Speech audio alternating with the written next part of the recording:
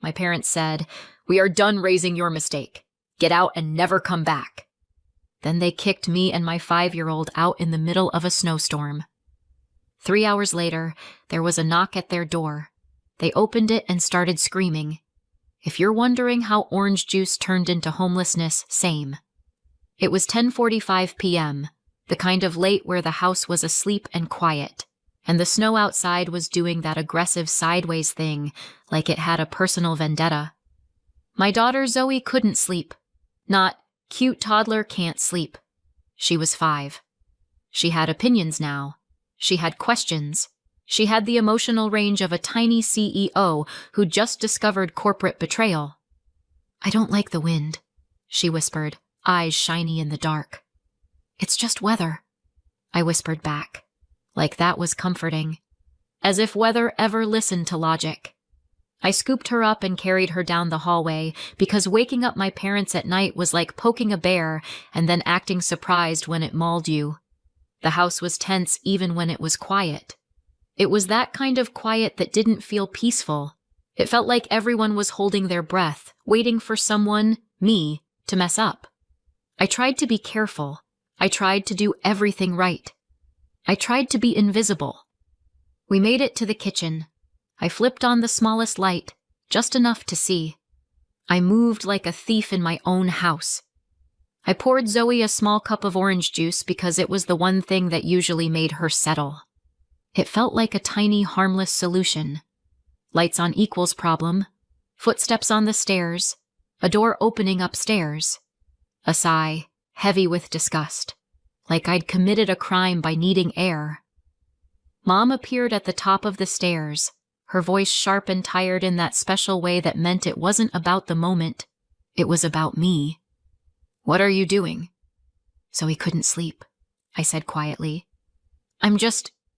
My sister Savannah appeared too, hair messy, face already irritated like she'd been woken from a life of luxury by peasants. Savannah was 17, which is old enough to know better and young enough to think the world owed her silence. She squinted at Zoe like Zoe was a bug on her shoe. "Are you kidding me?" Savannah hissed. "I have school. Some of us actually have plans." I apologized automatically because that was the family religion. Apologize first, explain never. "I'm sorry," I said. "We'll be quick." Savannah stepped farther into the kitchen, arms folded, and said, very calmly, like she'd rehearsed it, "Can you please just keep it down? It's late." Zoe's hands were small and clumsy, shaking. She reached for the cup. Her fingers slipped. The cup tipped. Orange juice spilled onto the carpet. One beat of silence. Just one. My brain instantly went into fix-it mode. Towels. Paper towels. Something. Anything. It's juice. It's not acid. It's not blood. It's not... Dad's footsteps hit the stairs hard enough to make them creak. Mom gasped like the house had been stabbed. Savannah went cold and disgusted. "Are you serious?" I dropped to my knees with towels. "It's okay. It's fine. I'll fix it," I said, talking fast, talking small, like if I made myself tiny enough the moment wouldn't hurt us. Zoe's lip trembled. "I'm sorry. It's okay," I whispered. "Baby, it's okay." Dad moved like he'd been waiting for this, like he'd been sitting there his whole life, waiting for orange juice to give him permission. "I'm done," he said. "I'm done with this." Mom backed him immediately. "This house is not a daycare. We are sick of your mess." "I'll clean it," I said. "It was an accident. She's 5. Savannah added fuel like she always did. "She can't even control her own kid." Dad's eyes fixed on Zoe for half a second. Not like she was a child, like she was evidence. Then he said it. All of it. In one clean hit. Like the sentence had been living on his tongue for years. "We are done raising your mistake. Get out and never come back." For a second, my brain just stalled. Because what do you do with that? What do you do when someone says your child is a mistake like it's a fact? Like it's a stain? I stared at them from the floor, towels in my hands, orange juice soaking into the carpet like a crime scene. "Dad." My voice sounded far away. "It's snowing. It's a storm. Where are we supposed to—" "I don't care," he said. Mom didn't look at me. She looked at the carpet. Like the carpet was the victim. I kept thinking, they don't mean it. They'll cool down. Any second now someone will stop this. Any second now Mom will sigh and say, "Fine, just tonight." Any second now Dad will come to his senses. Nobody stopped it. Dad grabbed bags like he'd practiced this in his head, like there was a checklist and he'd finally gotten to use it. Mom yanked Zoe's coat off a hook and shoved it toward me like evidence. As Dad shoved a bag at me, he twisted the house key off my key ring. He curled it in his fist and said, "These aren't yours anymore." I felt the air leave my lungs. "Just let us stay tonight," I said. "Please. I'll sleep in the car in the driveway. You will not," Savannah said, voice tight. "You're not staying here." Mom didn't look at me. Savannah watched. Too calm. Too satisfied. Dad opened the door, cold punched in like a fist. Snow blew sideways into the hallway. Zoe whimpered and pressed into my side. They pushed us out like we were trash that needed taking out before morning. The door shut. The lock clicked. It wasn't the shouting that broke me. It was that small, final sound. Zoe started crying right away. Full body, shaking sobs. She looked at the orange stain on her sleeve and whispered, "I'm sorry. It's my fault." I crouched down, wiping her cheeks with my thumbs, trying not to fall apart right there on the porch. "No," I told her. "No. Never your fault. Do you hear me? Never." Inside my head, panic screamed, "I have no plan. I have no one. I have a child." The porch light glared down on us like we were on stage. I hauled the bags to my cheap car, my one tiny piece of independence, and got Zoe buckled in. My hands were shaking so badly I fumbled the latch. Phone battery low. Bank account basically a joke. The kind of money that disappears the second you look at it. I searched my brain for names to call. It was late. Storming. Everyone I knew had warm homes they didn't want to complicate. So I started the car, because sitting still felt like dying. I aimed for the nearest place that meant lights and heat, cheap motel, 24-hour diner, anywhere that wouldn't ask questions and wouldn't kick us out for being too sad. The road was slick. Snow was coming down hard. The windshield wipers fought a losing battle. Zoe sniffled in the back seat. "Where are we going?" I answered too bright, because mothers lie to keep the world from collapsing. "An adventure," I said. Zoe didn't laugh.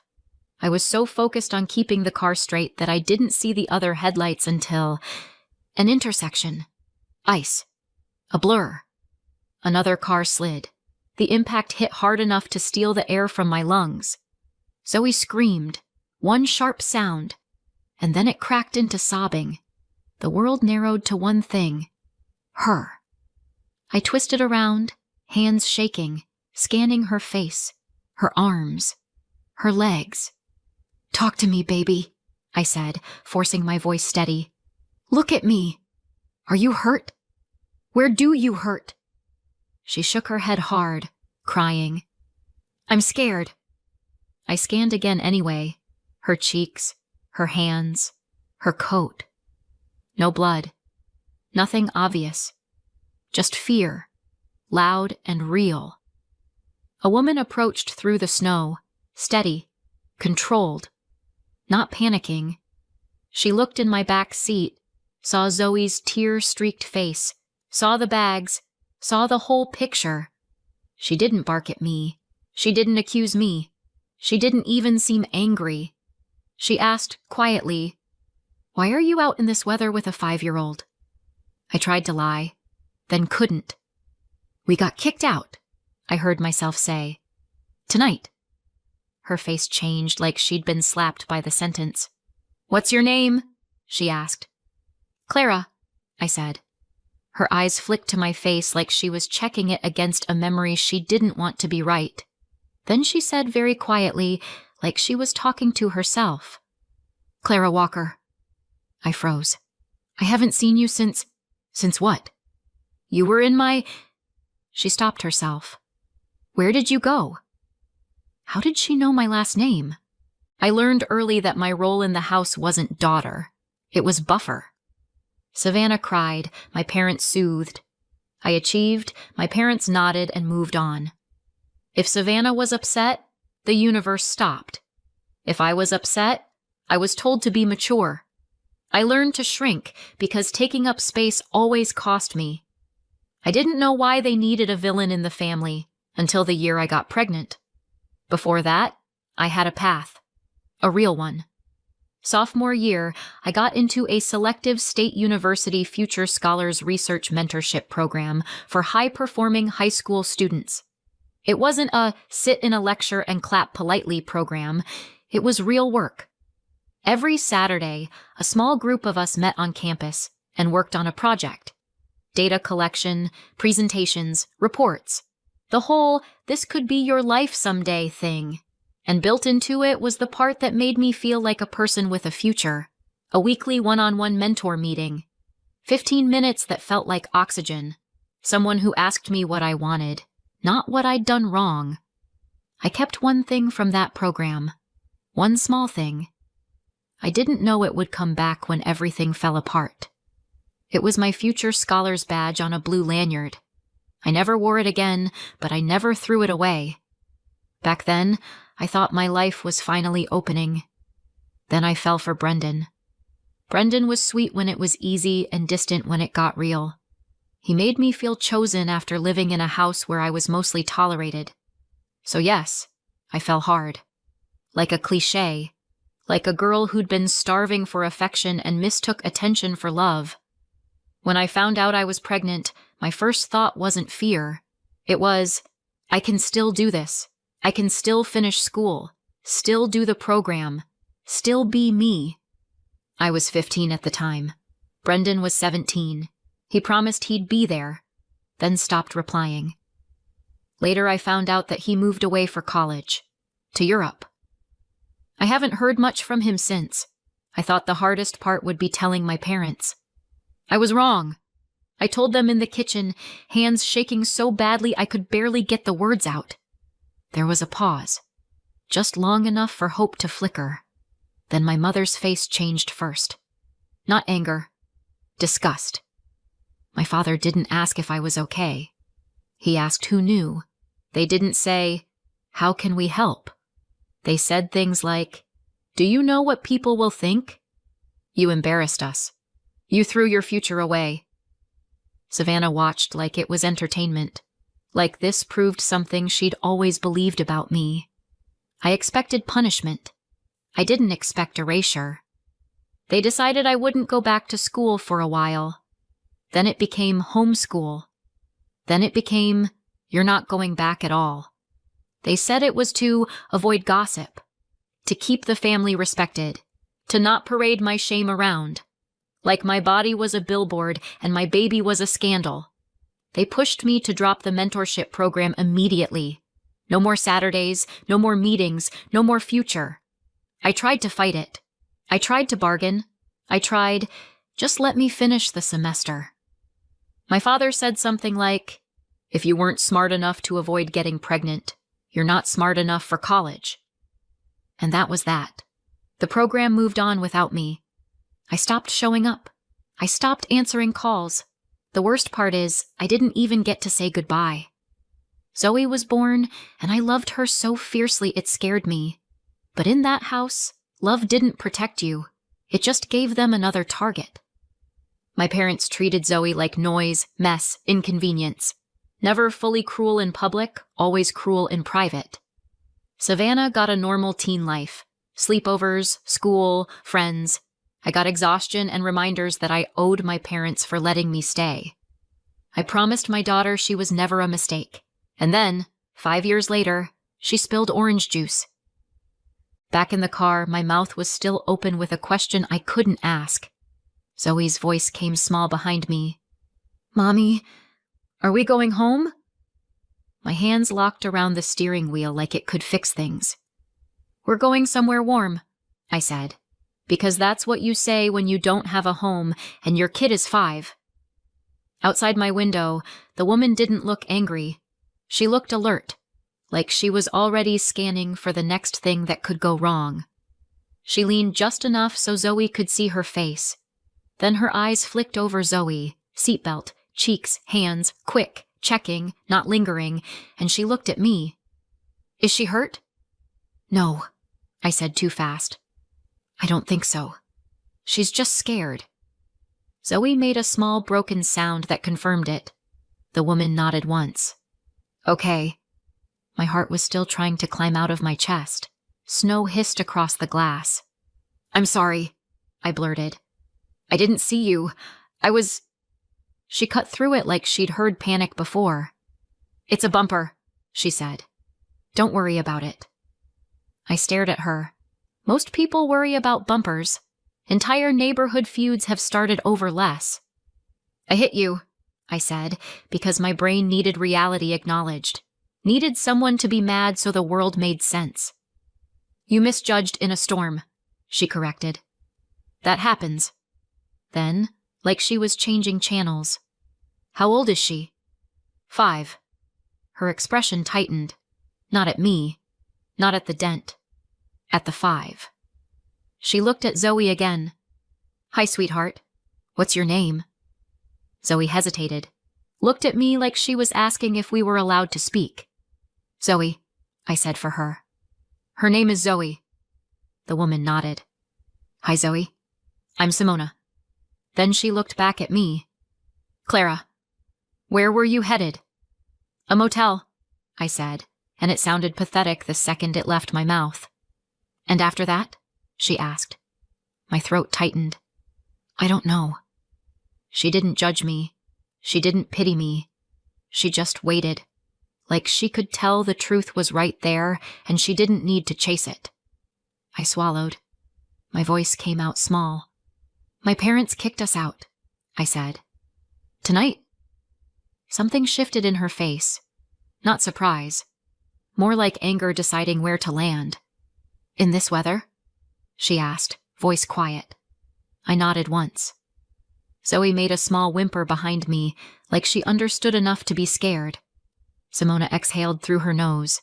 Then she said very calmly, like she'd made a decision that didn't require my permission. "Okay. You're not driving anywhere else tonight." "I have to," I said automatically. I don't have—" "I heard you," she said. "You don't have anywhere. That's why you're not driving." She stepped back from my window and pointed toward a small parking lot nearby. "Hazards on," she said. "Pull into that lot. Slow. I'll follow you." I wanted to argue. My pride tried to sit up like it still had rights. But Zoe whispered, "Mommy," and my pride sat back down immediately. I flicked my hazards on. I eased the car forward and into the lot with the delicacy of someone defusing a bomb. Simona parked behind me. She got out, took 2 quick photos of the bumpers and the intersection, then tucked her phone away like she'd just filed the dent into a drawer labeled later. I got out too, and the cold hit hard enough to steal my breath.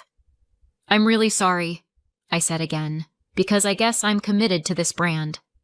"It's fine," she said, eyes already on Zoe through the glass.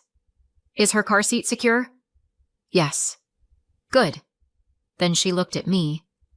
"Do you have your keys?" "My car key," I said. "Yeah." "My house key. No, he took it." Her jaw tightened slightly. "Okay." She didn't say more. She walked to her back door, opened it, and pulled out a blanket. Not as a dramatic prop. Just matter of fact. Like she kept one because life happens.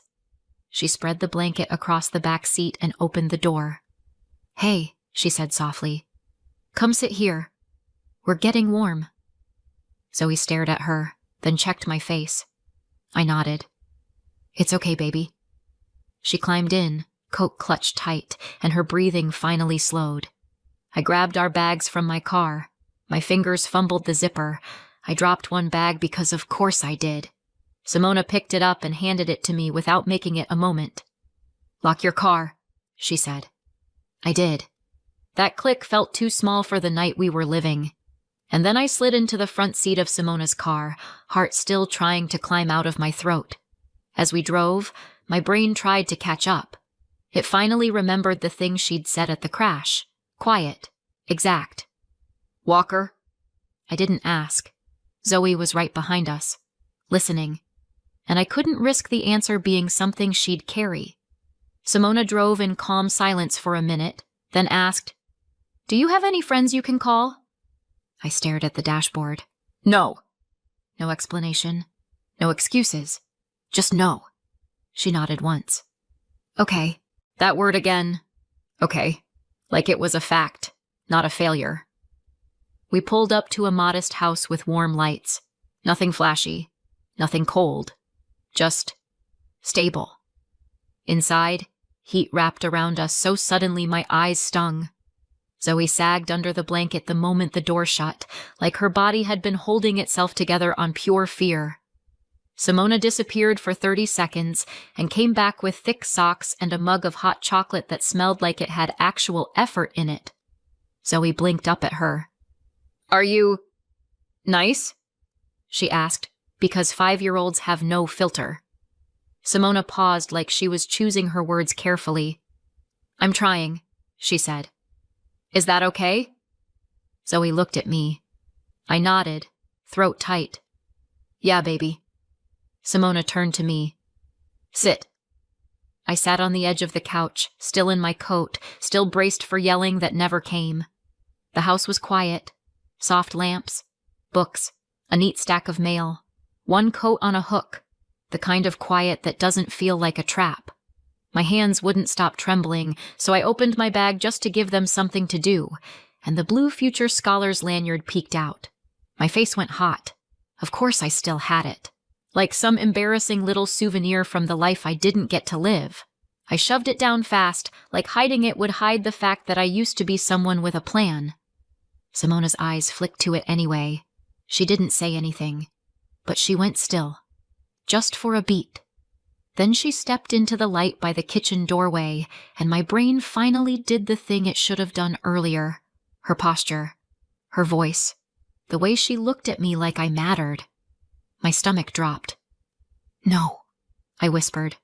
Her expression softened. Sadness, maybe. Or relief. Or both. "It's me," she said quietly. "Dr. Carr." The room tilted. Dr. Simona Carr.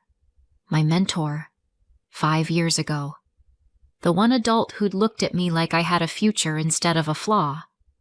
Zoe yawned and slid sideways against the couch cushion, too tired to notice my entire brain combusting. Dr. Carr kept her voice low. "Where did you go?" I tried to make it small. "Life happened." She waited. Not pressure. Space. And the truth came out in rough pieces. Pregnant at 15, pulled out of school, homeschool. No diploma, no program, no goodbye. Years stuck. Tonight's lockout. I waited for the look, the disgust, the disappointment. It didn't come. She nodded once, slow, then asked, "What's still in that house that you need?" "My wallet," I said automatically. "Zoe's school papers."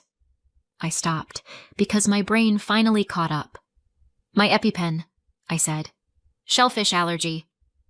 I tried to shrug it off like it wasn't a big deal, like I wasn't one cross-contamination away from a nightmare. Dr. Carr didn't let me. "No," she said, quiet and absolute. "We're not gambling with that." "I'm not going back there." "Of course you don't," she said. "We'll get what you need." She slid a notepad toward me. "Essentials. Now." My pen moved. EpiPen. Wallet. Zoe's school papers. Anything with our names on it. Dr. Carr called non-emergency. I caught fragments. Lockout. Minor child. Emergency medication. Civil standby. Avoid confrontation. Then my phone lit up. "Dad." Then Mom. I stared at the screen for half a second too long. Dr. Carr stayed close, silent. I answered. "Hello?" My dad shouted immediately. "What did you do?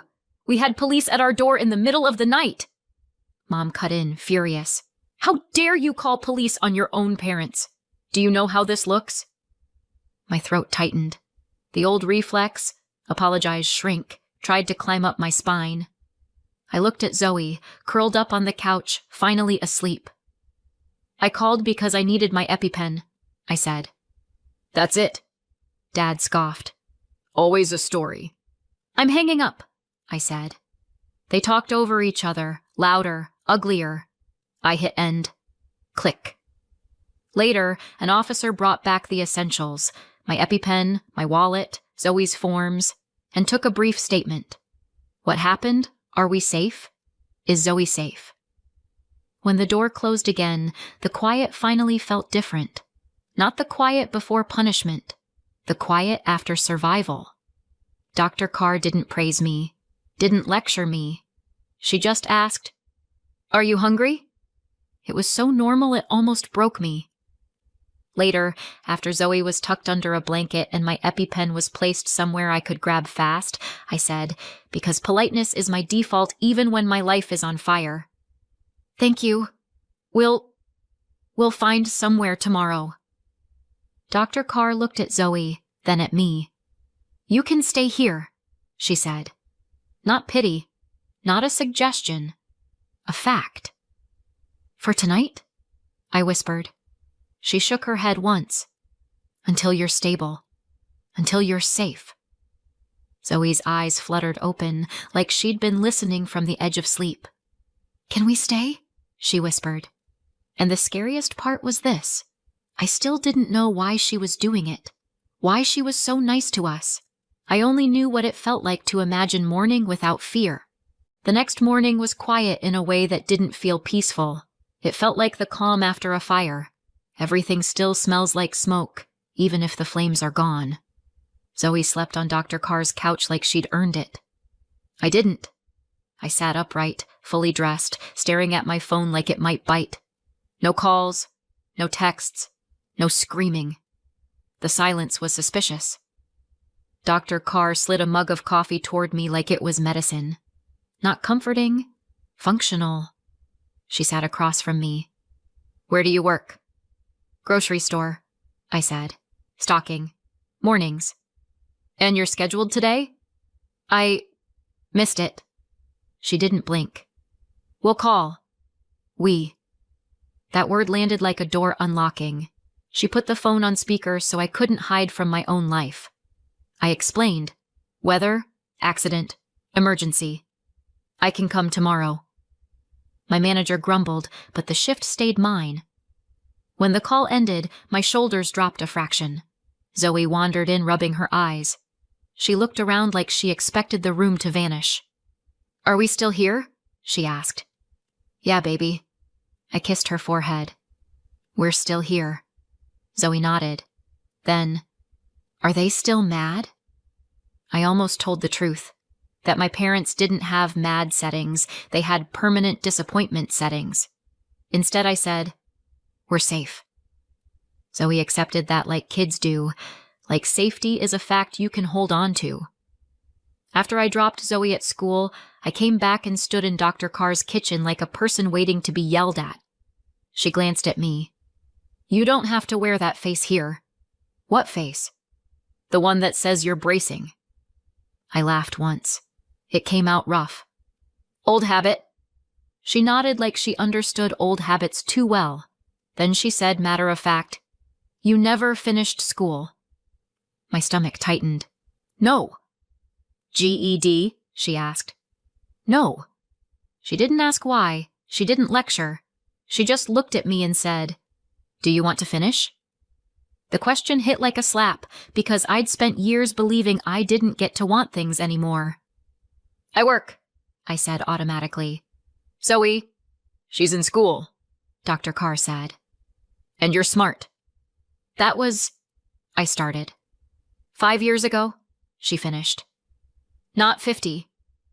I hated that she was right. She slid a notepad across the table. Not a motivational quote. A plan. 2 hours a night, she said. 4 nights a week. We start small. We don't negotiate with shame. I stared at the notepad like it might explode. And if I fail? I asked. Then you take it again, she said, like gravity was optional. That was the moment it stopped feeling cozy. It felt like rebellion. Not dramatic rebellion. Quiet rebellion. The kind that looks like a grown woman opening a math book and refusing to believe the voice that says she's too late. My schedule became ridiculous on purpose. Work early mornings, Zoe's school drop-off, study at Dr. Carr's table while Zoe colored beside me, dinner, bath, Zoe's bedtime. Then another hour with a book I'd been told I didn't deserve. Some nights I wanted to quit. Not because it was hard, because it made me angry. Angry that my parents stole my education and called it discipline. Angry that I had to rebuild what should have been mine the first time.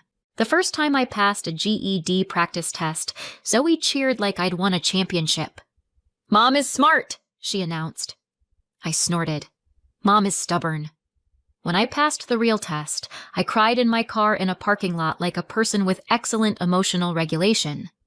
Zoe asked why I was crying, and I told her, happy. And she said, oh, like happy crying was normal. Then community college. Because tuition doesn't care about inspirational stories. I kept my job. I took classes when I could. I learned to live in the space between not enough time and do it anyway. Dr. Carr didn't rescue me with speeches. She showed up with logistics. A ride when my car wouldn't start. Babysitting when Zoe got sick and I had an exam. A calm email when a professor acted like accommodations were a moral failure. I didn't become fearless. I became practiced. Then I transferred back to State University. Walking onto campus felt like stepping into an alternate timeline, one where I hadn't been erased. And there, on a random weekday, I saw the building where future scholars used to meet. My stomach flipped so hard it felt like the past had hands. Dr. Carr didn't say anything. She just walked beside me. Student-parent life on campus was brutal. Everyone acted like you could be a perfect student if you just managed your time, as if time management includes materializing childcare from thin air. I met other student moms in quiet panic, always apologizing, always one emergency away from dropping out. So I started helping, small at first, a group chat, shared notes, babysitting swaps, a list of who can you call at midnight. Dr. Carr watched it grow and one night slid an envelope across her table. Funding opportunity, she said. Write a proposal. I stared. I'm not qualified. She lifted an eyebrow. You're living it. That's more qualified than most. So I wrote it. We got the grant. Then another. The first time a mom told me, this kept me enrolled. I went to the bathroom and cried for exactly 30 seconds because I still had a shift to work. Somewhere in that year, Dr. Carr's kindness started to feel less like charity and more like choice. Zoe's drawings appeared on her fridge. Snacks Zoe liked were always in the pantry. A small toothbrush in the upstairs bathroom that hadn't been there at first. One night, Zoe fell asleep on the couch with homework on her lap. Dr. Carr covered her with a blanket and stood there for a beat too long. The question slipped out before I could swallow it. Why are you doing this? Dr. Carr didn't look at me right away. She watched Zoe breathe. I thought I had time, she said quietly. I waited. I kept postponing the family part, she added. Career. Tenure. Later. And then, later didn't show up. Her voice stayed controlled. Her hand didn't. This house has been quiet for a long time, she said. I didn't know what to do with that honesty, so I made it a little lighter. So, we're your loud little invasion. Her mouth twitched. Something like that. Then she looked at me and said the part I'll never forget. I chose you. Not because I needed a project. Because no child should grow up believing she's a mistake. My throat closed. I nodded because I still didn't know how to accept something good without apologizing for it. By the time graduation came, Zoe was 10, old enough to remember the storm like a scar. And Savannah was graduating too. Same university, same ceremony. My parents were there for her. Of course they were. I saw them before they saw me and felt something old try to rise, an instinct to shrink. It didn't win. The announcer's voice rolled through the auditorium. Please welcome our student speaker and founder of the Student Parent Support Initiative, Clara Walker. I stepped into the light. Savannah was clapping, then her hands froze midair. 2 rows behind her, my mom's face drained so fast it looked unreal. My dad leaned forward, staring like his eyes could undo time. I reached the podium and adjusted the mic. Good evening, I said. I'm Clara Walker. I'm a graduate. And I'm a mom. Zoe sat near the front with Dr. Carr, staring up at me like she was holding me steady. When Zoe was 5, I said, my parents looked at me and said, we are done raising your mistake. Get out and never come back. The room went dead quiet. Heads turned, subtle at first, then sharper, toward the section where my parents sat frozen. My mom covered her mouth. My dad's hands clenched together until his knuckles went white. Savannah stared hard at her lap like it might swallow her. They took my house key, I continued, voice level. They pushed a couple bags into my arms. They shut the door while it was snowing sideways. I didn't need to embellish it. The truth carried itself. I sat in my car with a child asking me if we were going home, I said. And I had to answer like a mother even when I felt like a scared kid myself. You could feel the room change. People weren't politely listening anymore. They were there. And that same night, I got into a minor car accident, I said. Nobody was hurt. But I remember thinking, of course. A few uneasy laughs, because pain plus timing is comedy's darker cousin. The woman who got out of the other car didn't care about the bumper, I said. She asked me one question. Where are you going? I paused. I said, I don't know. Silence. Heavy. Real. She took us home, I said. She gave us a home. I turned toward the front row. That woman is Dr. Simona Carr. Applause hit fast. Dr. Carr didn't stand. She just nodded once, eyes bright. That's why this initiative exists, I said. Because being smart doesn't matter if you don't have childcare. Ambition doesn't matter if one sick day can knock you out of school, and nobody should have to choose between feeding their kid and finishing a degree. I let it land. If someone has ever called you a mistake, I finished, voice steady, they were wrong. I stepped back from the mic. The applause rose, stronger now, not polite anymore. My mom was crying openly. My dad stared straight ahead like the floor had shifted. Savannah still couldn't lift her hands to clap. For the first time in my life, they didn't get to control the story. Afterward, they found me. Of course they did. Tears. Apologies. The sudden, desperate need to rewrite history into something softer. I didn't raise my voice. I forgive you, I told them, because I didn't want poison in my body forever.